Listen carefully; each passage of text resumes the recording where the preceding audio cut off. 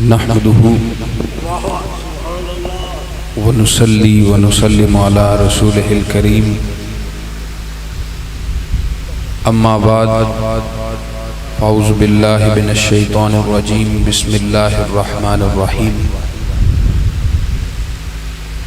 قل لا اسألکم علیہ اجرا الا المودۃ فی القربى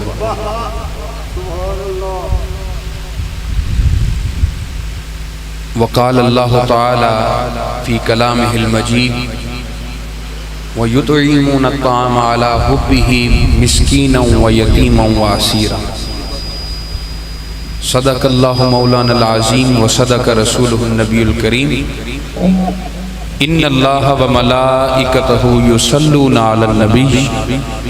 یا ایہا الذین آمنوا صلوا علیہ وسلموا تسلیما باواز بلند درود و سلام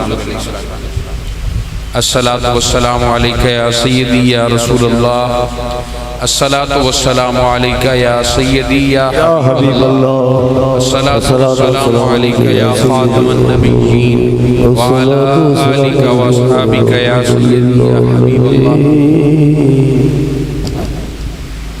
لائق صد احترام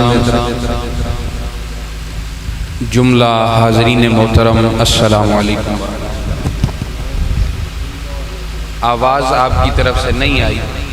میں پھر آپ کو سلام کرتا ہوں، السلام علیکم ورحمۃ اللہ۔ عزیزان محترم، سلام کہنا کسی کا یہ حضور علیہ السلام کی سنت ہے،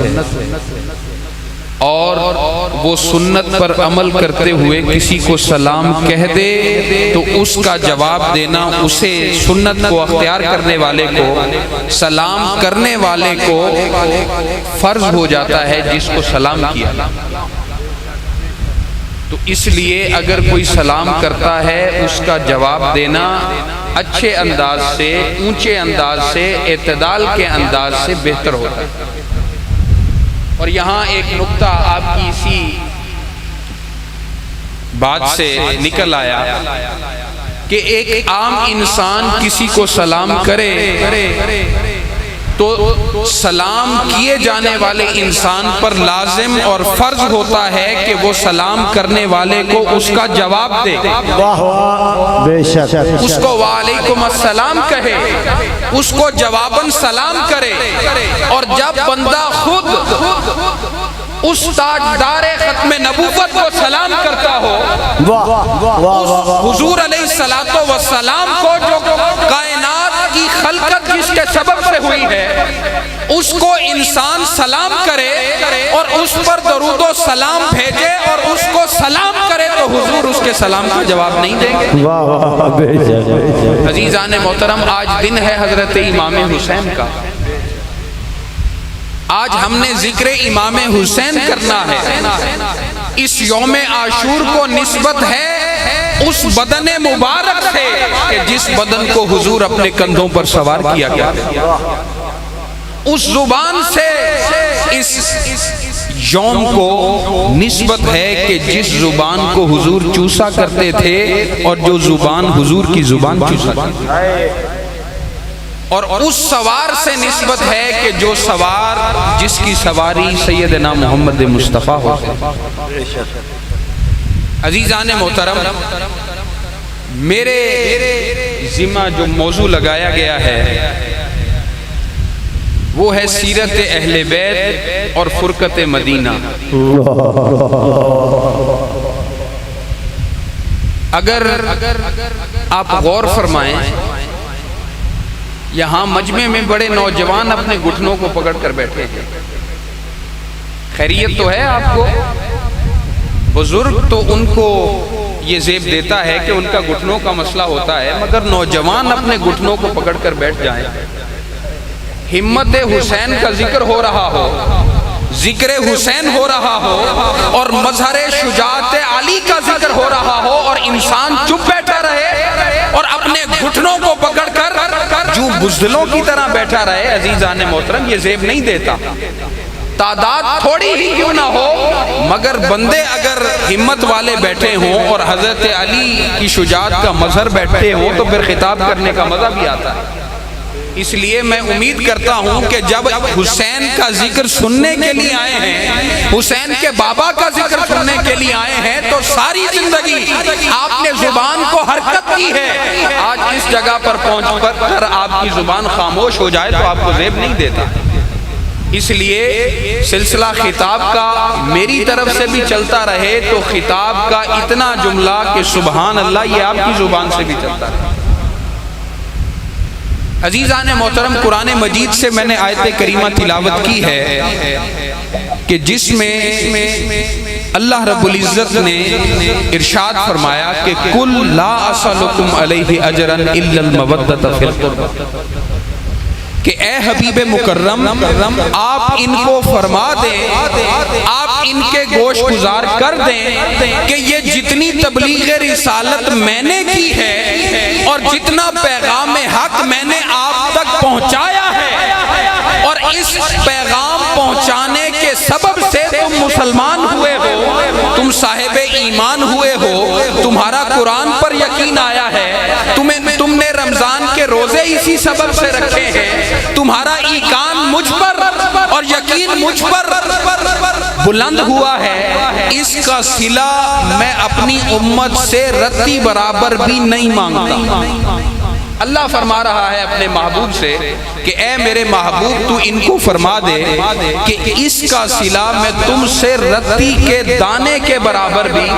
رائی کے دانے کے برابر بھی نہیں مانگتا۔ جتنی تبلیغ کی ہے، جتنی تبشیر کی ہے، جتنا انذار کیا ہے، جتنا تمہیں ڈر سنایا ہے، جتنا تمہیں اللہ کا قریب کیا ہے، جتنا بھی میں نے تم پر کرم کیا ہے، تمہیں قرآن عطا کیا ہے، تمہیں رمضان عطا کیا ہے، تمہیں ایقان عطا کیا ہے، اس کا بدلہ تم سے کچھ نہیں مانگتا۔ میرا بدلہ تو میرے رب ذوالجلال کی طرف ہے، اور تم اے امت محمدی مجھے دے ہی کیا سکتے ہو،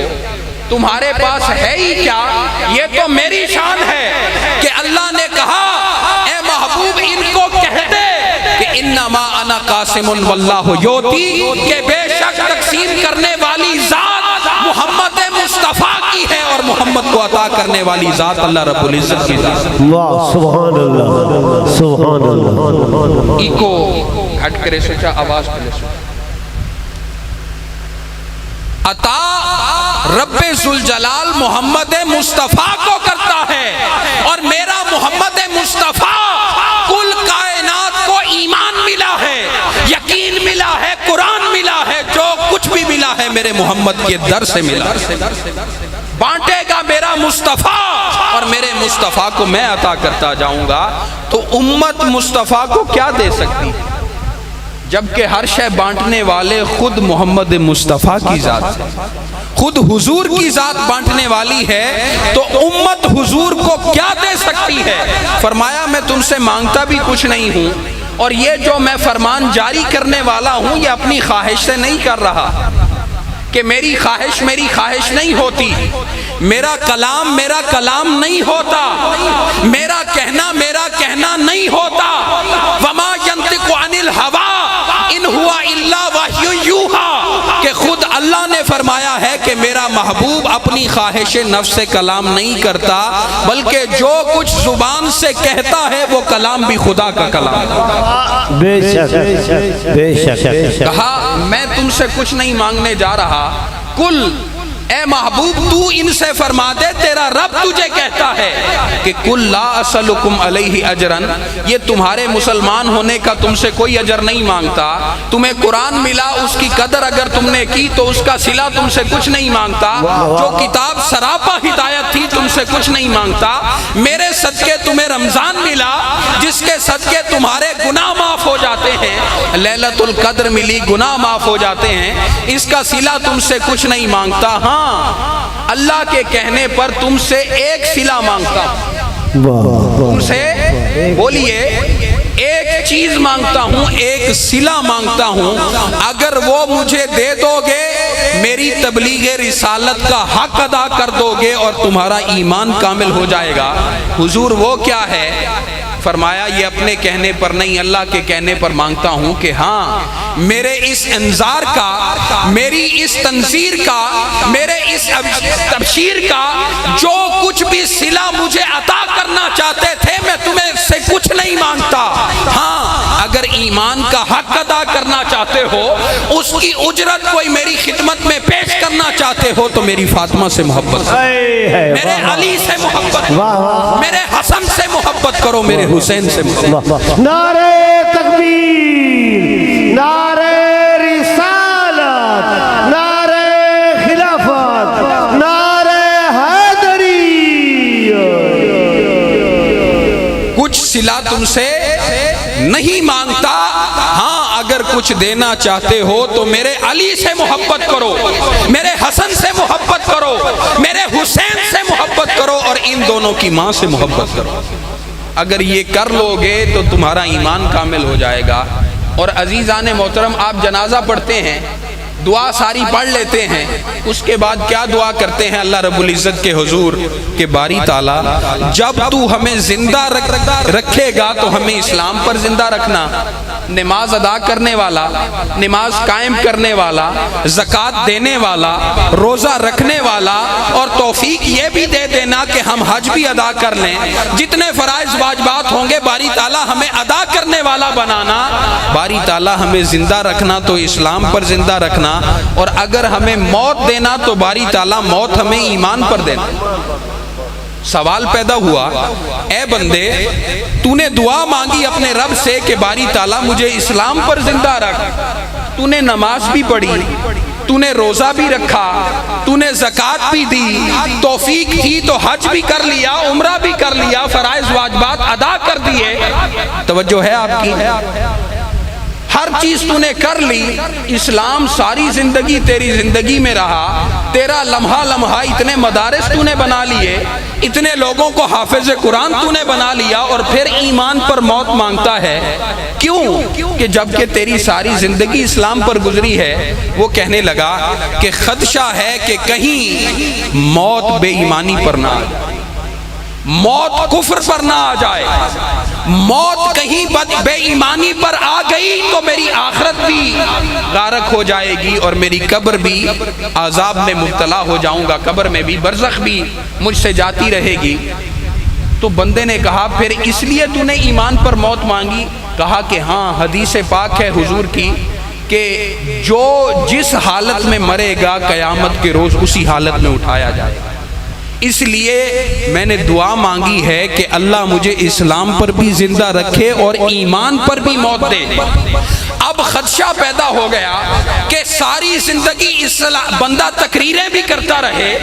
ساری زندگی بندہ قرآن بھی پڑھتا رہے، ساری زندگی بندہ نماز بھی پڑھتا رہے، ساری زندگی بندہ روزہ بھی رکھتا رہے، سب کچھ کرتا رہے، خدشہ ہے کہ موت کہیں بے ایمانی پر نہ آ جائے، کفر پر نہ آ جائے، ایمان انسان کے دل سے جاتا رہے اور وہ کفر کی حالت میں مر جائے، خدشہ ہے۔ اس آیت میں اس خدشے کو بھی دور کیا جا رہا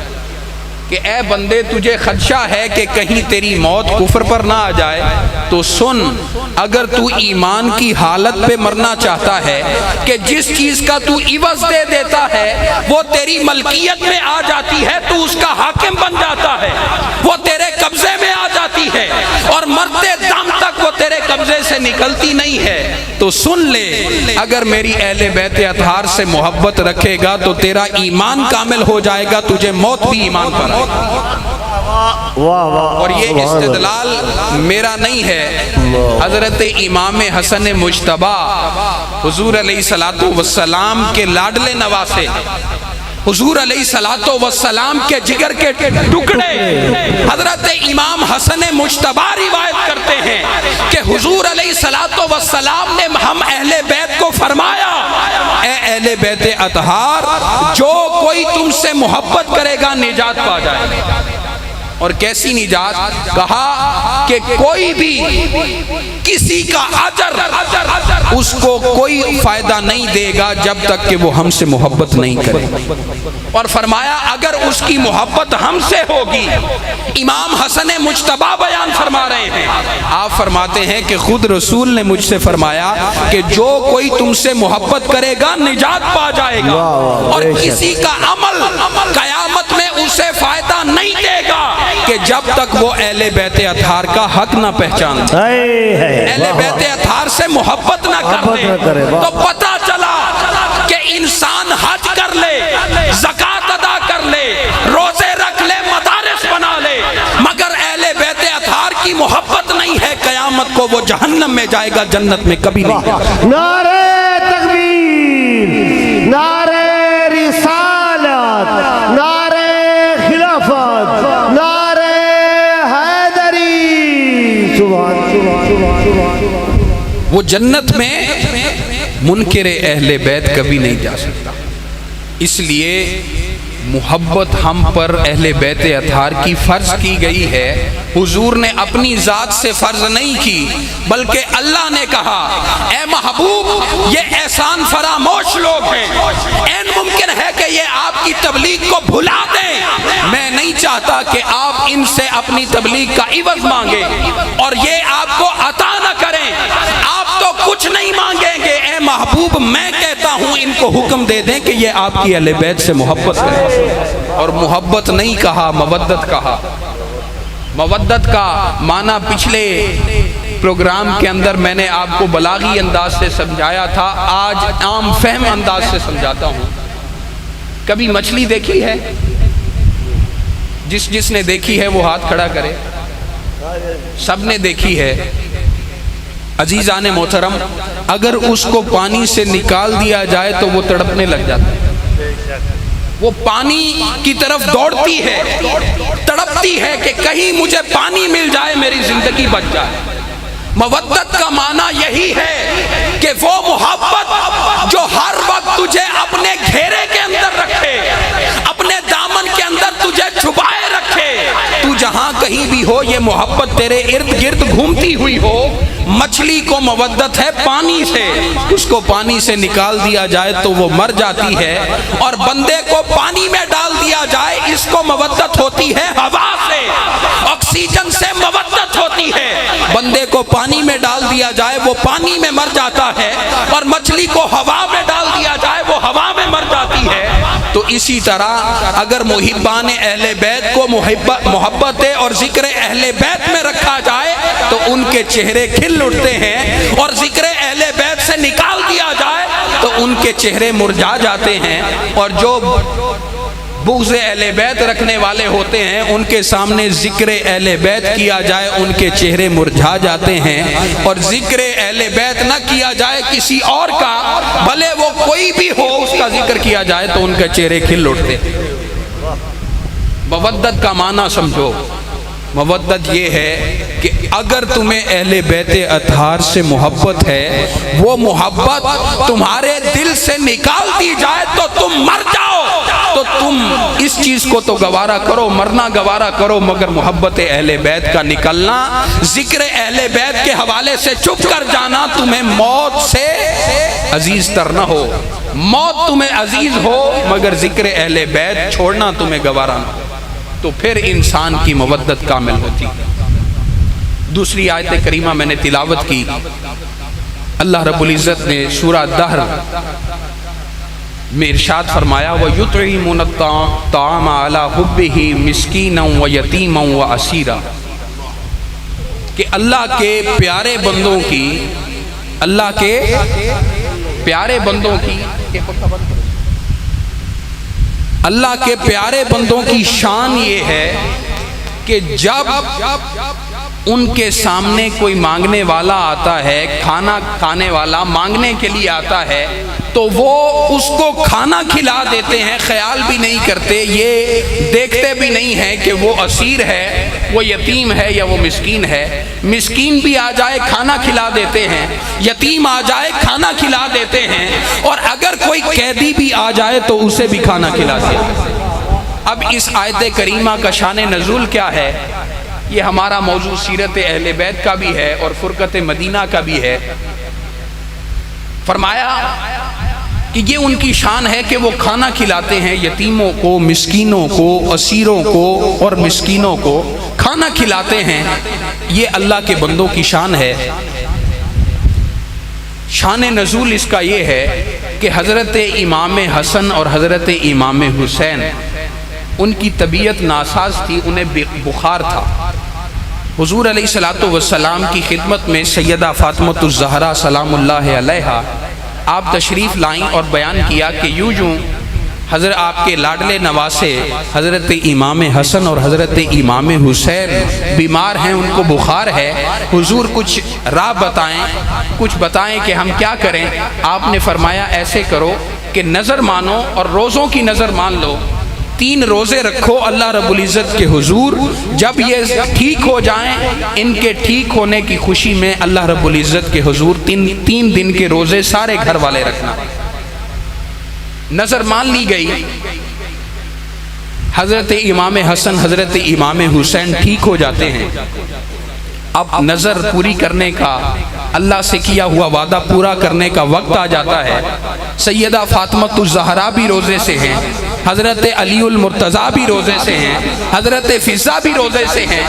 اتنے میں حضرت علی شیر خدا افطاری کے سامان کے لیے مختلف روایت میں مختلف بات آئی ہے کہ کسی سے قرض لیتے ہیں جو، اور یہ بھی آیا کہ کسی یہودی کے پاس جاتے ہیں، وہاں مزدوری کرتے ہیں اور مزدوری کا عوض جو ملتا ہے جو لے کر آتے ہیں۔ سیدہ فاطمہ الزہرا چکی میں ان جو کو پیستی ہیں اور ان جو کا آٹا تیار کرتی ہیں۔ ان آٹا تیار کر کے روٹی تیار کرتی ہیں، افطار کے لیے کھانا تیار کرتے ہیں۔ وہ روٹی ہوتی ہے اور پانی ہوتا ہے۔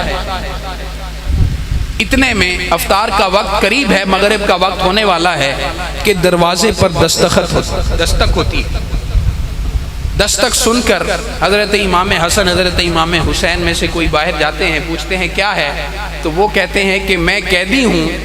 اور کئی دن سے بھوکا ہوں، آپ مجھے کھانا کھلا دیں۔ حضرت امام حسن حضرت امام حسین واپس آتے ہیں، اپنے بابا اور اپنی امی حضور کو بیان فرماتے ہیں کہ یوں ایک بھوکا شخص آیا ہے جو قیدی بھی ہے، وہ کئی دنوں سے بھوکا ہے، وہ کھانا مانگتا ہے۔ وہ جو چند روٹیاں ہوتی ہیں وہ اٹھا کر اہل بیت نبی اٹھا کر اس اسیر کے حوالے کر دیتے ہیں، اس قیدی کے حوالے کر دیتے ہیں۔ وہ شکر کرتا ہے، شکریہ ادا کرتا ہے۔ حضرت علی المرتضیٰ کہتے ہیں کہ شکریہ کی ضرورت نہیں ہے، ہمارا شکر ادا نہ کرو بلکہ اللہ کا شکر ادا کرو جس نے مال عطا کیا۔ وہ روٹی لے کر چلا جاتا ہے۔ اگلے روز اب کھانے کو کچھ نہیں ہے، اگلے روز پھر یہی معمول ہوتا ہے، مزدوری کرتے ہیں یا قرض لیتے ہیں، جو لے کر آتے ہیں۔ سیدہ فاطمہ الزہرا چکی پیستی ہیں، چکی پیستے کے ساتھ ساتھ ہی قرآن پاک کی تلاوت بھی جاری ہوتی ہے، تلاوت کلام پاک بھی جاری ہوتی ہے، چکی بھی چلتی چلی جاتی ہے، دیگر امور بھی سر انجام پاتے ہیں، مگر زبان پر قرآن مجید کی تلاوت ہی جاری رہتی ہے۔ روٹی پھر تیار کی جاتی ہے، دسترخوان سجایا جاتا ہے، پھر دروازے پر دستخط ہوتی ہے، مغرب کا وقت ہے۔ پھر جاتے ہیں، پوچھا جاتا ہے کون ہے؟ وہ کہتا ہے کہ میں یتیم ہوں اور کئی دنوں سے بھوکا ہوں، آپ مجھے کھانا کھلا دیں۔ پھر وہ دسترخوان پر جو کھانا ہوتا ہے اٹھا کر اس کے حوالے کر دیا جاتا ہے، اس یتیم کو دے دیا جاتا ہے۔ وہ یتیم کھانا لے کر شکر ادا کرتا ہوا چلا جاتا ہے۔ آپ کہتے ہیں ہمیں تیرے شکر کی کوئی ضرورت نہیں ہے، بلکہ ہم تو اللہ کا خوف کھاتے ہیں، تو اللہ کا شکر ادا کر جس نے تجھے کھانا عطا کیا۔ دوسرا دن بھی یہی معمول، کھانے کے بغیر پانی سے روزہ افطار کیا جاتا ہے۔ تیسرا دن آتا ہے، اہل بیت نبوی بھوکے ہیں، فاقے کا عالم ہے، پھر مزدوری کی جاتی ہے، جو اکٹھے کیے جاتے ہیں۔ سیدہ فاطمہ الزہرا پھر چکی چلاتی ہیں، چکی چلا کر روٹی تیار کی جاتی ہے، روٹی تیار کر کے پھر مغرب کا وقت ہوتا ہے تو دروازے پر پھر دستک ہوتی۔ دستک سن کر حضرت علی شیر خدا یا حضرت امام حسن حضرت امام حسین جاتے ہیں، پوچھتے ہیں کہ کون ہے؟ وہ کہتا ہے کہ میں مسکین ہوں، مدینہ میں میرا اور کوئی نہیں ہے، اے اہل بیت نبی آپ کے در کے علاوہ مجھے اور کوئی در دکھائی نہیں دیتا، میں کئی دن سے بھوکا ہوں، اگر کچھ کھانے کو ہے تو میرے حوالے کر دیں۔ تو آپ نے پھر تیسرے دن کا کھانا بھی اسی